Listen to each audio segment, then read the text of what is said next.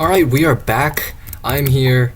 Just gonna get some clips of me building this thing.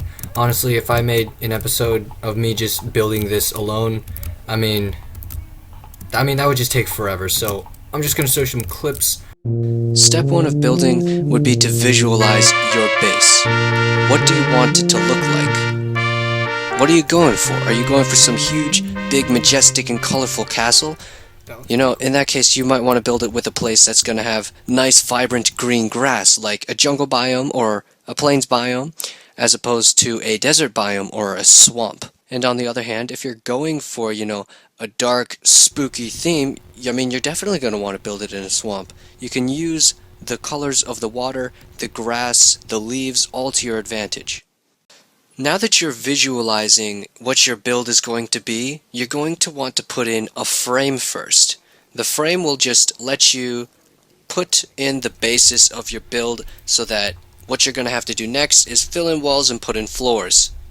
But before you can do anything with the framework, you are going to have to choose your block palette. The palette of blocks that you use, simply put, is the section of blocks you use, the certain colors that you're going to use, or the very identified blocks. For example, in my build, I used oak wood frames and stone bricks, and then spruce for detailing. That dark color was kind of overbearing in the build, so you may want to do something similar to me, where you use just a different deviation of your block palette. You stick with one but change the other. So I stuck with the gray blocks of acacia wood, but I put in the white bright color of the birch logs to contrast the dark color of the oak and the spruce. Visualizing your build would be a prerequisite to what you're actually going to do, of course.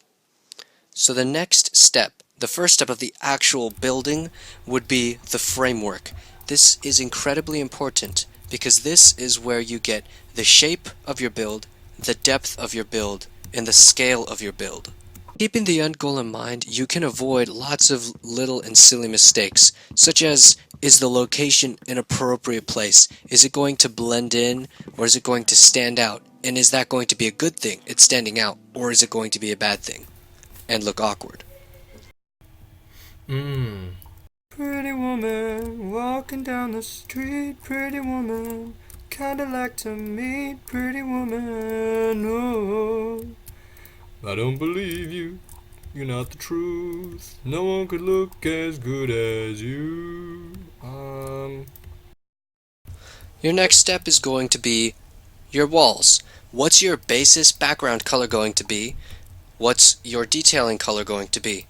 I went a step further and I had a basis color as spruce, a detailed wall as stone bricks, and then an extra layer of detail and depth of spruce.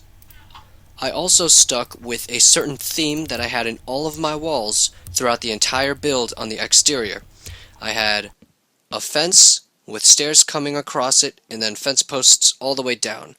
What that does is really just helps round the build together as one build, because if it's all over the place doing a bunch of different things, it's not going to look like it's one build, it's going to look like a bunch of a jumbled mess. Having a theme really helps give it a unifying factor to define it as one build. Alright, this is what I've got. I feel like it's missing something. So right here you can see the base that I prepared for me and Shady. Honestly, I am guilty of not visualizing. I would have loved to have built it on the other side of the river, where the grass was nice and green. If I'm being honest though, I do not regret building it where I did. The beaten up and trodden look to the grass in the acacia biome really complements the look of my medieval build. It really makes it more believable that it is just a medieval structure that could be a fort or a castle.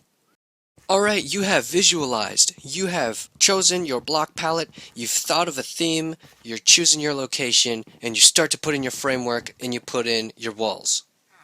Well, now what's next is you just clean up the inside. Everything inside those walls you're going to want to be flat because that's what's easier to work with. When you look at huge modern day houses, you don't walk in there and see a slanted floor. At least I hope. The scale of your build goes hand in hand with visualizing it. It's basically asking yourself, how big do you want this to be, or how small do you want this to be? What do you want to be able to do with a given amount of space? Now that you've got your walls in and your interior is cleaned up and you got a fairly flat surface to work with, you can start to add in your staircases, your floors, whatever you'd like. You can put furniture, accessibilities needed for survival Minecraft. You can add any kind of a roof you'd like. What I'm going for here is going to be a castle-like formation. There's going to be a watchtower over on the left with a little armor room next to the enchantment table. And then the rest is just going to be open so that we can walk around if we need to and shoot down enemies. Now, no matter what mindset you try to take when you're building, chances are you're going to make a mistake no matter what you do. So you shouldn't worry about it too much. Oh, that's why.